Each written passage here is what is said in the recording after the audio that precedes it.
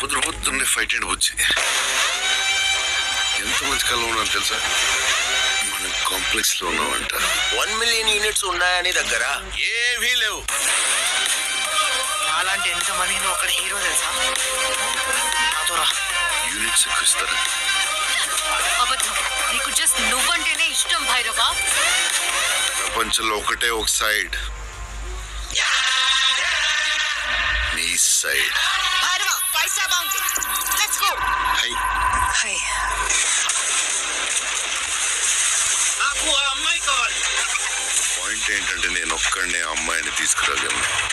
అంత sure? Record